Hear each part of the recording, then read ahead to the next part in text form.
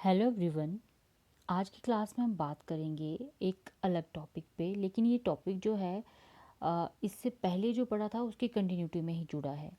Last जो topic हमने किया था, the impact of public examination and entrance test on teaching and learning, उसी के साथ है ये connected, the meanings of coaching. अब मीनिंग्स का अर्थ होता है संकट या डेंजर। अब कोचिंग एक खतरे के रूप में कैसे है, कोचिंग एक खतरा है या किस तरीके से है, इस पूरे के पूरे कॉन्सेप्ट को समझने की कोशिश करते हैं। अब आप लोग ध्यान दीजिए कि आपने अपने आसपास या आप में से कोई भी ऐसा स्टूडेंट हो सकता है जिसने किसी न किसी टेस्ट को क्रैक करने के लिए किसी न किसी एग्ज़ाम के थ्रू जो एडमिशन्स होती हैं या कोई जॉब के लिए कोचिंग आपने कहीं ना कहीं उसका सहारा लिया होगा। ऑनलाइन आजकल बहुत ज़्यादा स्कोप है इसका। तो ये एक क्या है कोचिंग, एक पहले क्या होता था कि जो स्कूल में आपको पढ़ाया जाएगा आप उतना ही पढ़ेंगे, लेकिन अब ये एक फैशन की तरह, एक ट्रेंड की तरह चल पड़ा है कि बच्चे क्या करते हैं, स्कूल के अलावा एक्स्ट्रा ट्यूशन क्लासेस लेते हैं और उन ट्यूशन क्लासेस की को ही थोड़ा और प्रोफेशनल वे में अगर बताएं तो उसी से वो उसी तरीके से वो कोचिंग सेंटर भी चलते हैं। अब कोचिंग सेंटर कोई खतरे के रूप में कैसे देखा जा सकता है, क्या वो सही है या गलत है? आपकी क्या राय है? आप मुझे प्लीज़ कमेंट सेक्शन में बताइए कि आप किस तरीके से समझते हैं कोचिंग जो मिलती है किसी भी टेस्ट के लिए, किसी भी एग्ज़ाम को क्रैक करने के लिए आपके माइंड में क्या प्रोसेस चलता है कि आपको एडमिशन लेनी चाहिए कोचिंग सेंटर में। ठीक है। एक स्पेशलाइज्ड या आप कह सकते हैं कि एक सिस्टमेटिक वे में गाइडेंस मिलती है। कुछ आपको मटेरियल उनकी तरफ से प्रोवाइड करवाया जाता है। बहुत सारे कोचिंग सेंटर्स मिल जाएंगे आपको अलग अलग, जिसमें अलग अलग तरह के आपके लिए ऑफ़र भी वो चला देंगे, जिसमें आपके साथ वादे किए जाते हैं कि इतनी सिलेक्शन कर दी जाएगी बच्चों की, ठीक है, और हमारे कोचिंग सेंटर में एडमिशन लो। आपको लुभाने के लिए अलग अलग तरह के वो एडवर्टीज़मेंट की जाती है, अलग अलग तरह के लालच दिए जाते हैं और एक तरीके से एक ऐसा माहौल क्रिएट कर दिया जाता है कि आप बेबस हो जाते हो कि ठीक है, और आप गारंटी आप ले लेते हो, मतलब खुद इतने श्योर हो जाते हो कि अच्छा इस इंस्टीट्यूट में एडमिशन ली है, इस कोचिंग सेंटर में अगर आपने एडमिशन ली है तो आपको 100% क्या है, वो जॉब मिलेगी या फिर जिस भी पर्पज़ के लिए आप ले रहे हैं एडमिशन वहाँ पर वो मिलेगी। तो ये एक संकट की तरह सोसाइटी में क्यों है, वो हम इस लेक्चर में इस क्लास में या पूरा जितना भी ये डिस्कस करेंगे उसमें ये बात जानने की कोशिश करेंगे। ठीक है। कोचिंग सेंटर में मेरी अगर मैं अपने ओपिनियन में बताऊं तो उसमें क्या है, जो अगर आपने अभी तक पढ़ाई की है, फॉर एग्जांपल अगर 12th तक आपने पढ़ा है, सोचो अगर आप स्कूल में रेगुलर पढ़ाई ना करके सिर्फ कोचिंग सेंटर में पढ़ते तो क्या होता।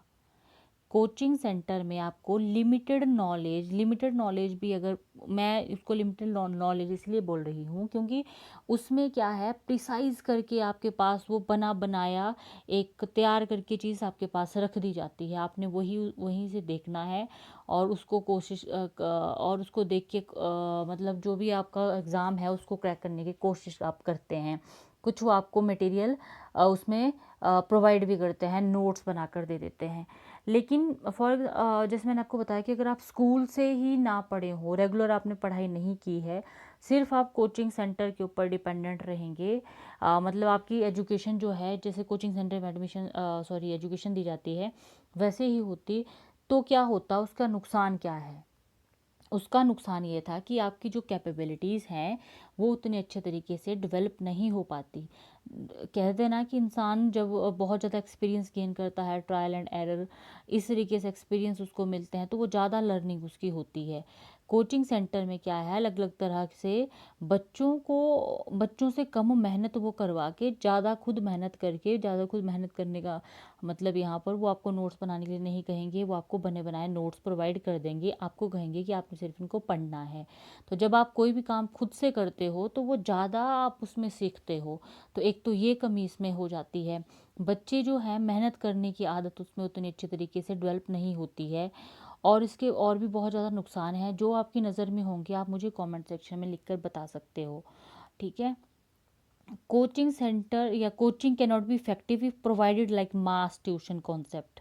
ठीक है, तो ये सबके लिए तो नहीं है। एजुकेशन का जो कॉन्सेप्ट है तो वो सबको मिलती है, या गवर्नमेंट ने बहुत सारी स्कीम्स चलाई हैं जिसमें एजुकेशन सारे लेने के हकदार बनते हैं। लेकिन जी ये जो कोचिंग है, आप ये बोल सकते हो एलाइट ग्रुप ही अफोर्ड कर पाते हैं। पीएमटी हो गया, या बड़े बड़े कोई और भी टेस्ट, अगर नेशनल लेवल के कोई टेस्ट की बात करते हैं तो अलग से बहुत सारे कोचिंग सेंटर के हब्स ऐसे बना दिए गए हैं जहाँ पर आप एडमिशन ले सकते हैं। लेकिन क्या एक नॉर्मल स्टूडेंट उसको अफोर्ड कर पाएगा? नहीं कर पाएगा, क्योंकि उसकी फ़ीस बहुत ज़्यादा होती है। तो एक तरीके से उन्होंने एजुकेशन का जो बिजनेस है, बिजनेस की तरह इसको बनाया हुआ है। तो ये एक खतरे की तरह है सोसाइटी में।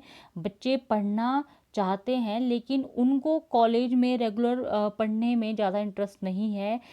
वो क्या करते हैं, कोचिंग सेंटर जाना प्रेफर करते हैं अपनी नॉर्मल पढ़ाई को छोड़कर।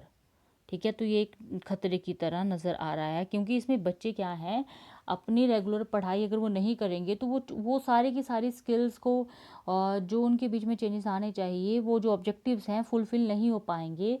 वो तीनों जो बिहेवियर के डोमेन हैं उससे रिलेटेड जो ऑब्जेक्टिव्स हैं वो हम पूरे नहीं कर सकते, सिर्फ अगर कोचिंग सेंटर के ऊपर ही डिपेंडेंट रहें।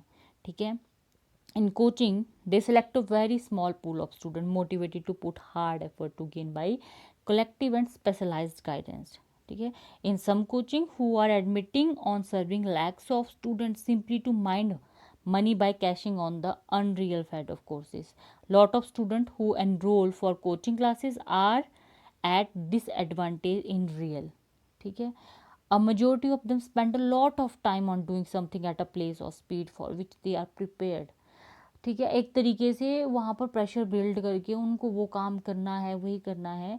तो कुल मिला के बोलने का मतलब ये है कि खतरे की तरह इसीलिए है क्योंकि एक तो सबके लिए बराबर नहीं है ये। ठीक है, और इसमें आपकी जो टोटल जो बच्चे की पर्सनैलिटी है वो डेवलप नहीं हो पाएगी। उसकी सारी की सारी कैपेबिलिटीज़, जितनी भी कैपेसिटीज़ हैं वो उतने अच्छे से नहीं पता चल पाएगा। बच्चे की ओवरऑल जो डेवलपमेंट है, ग्रोथ है, नहीं हो पाएगी। दूसरा, ये एक बिजनेस की तरह, हम पैसों की बर्बादी की तरह भी आप इसको कह सकते हैं कि वो है, और बच्चों को जो रेगुलर पढ़ने की जो आदत है, स्टडी हैबिट, उससे दूर ले जा रहा है ये कोचिंग जो है। ठीक है, इसलिए इसको द मीनिंग्स ऑफ कोचिंग के साथ जोड़ा गया है, और टीचिंग और लर्निंग के साथ भी इसका इम्पैक्ट ऐसे ही पड़ता है जो हमने लास्ट क्लास में जाना था। तो ये छोटा सा सिंपल सा लेक्चर था। आई होप आपको ये समझ आया होगा। कोई डाउट होगा तो आप कमेंट सेक्शन में पूछ सकते हैं। Thank you and have a nice day.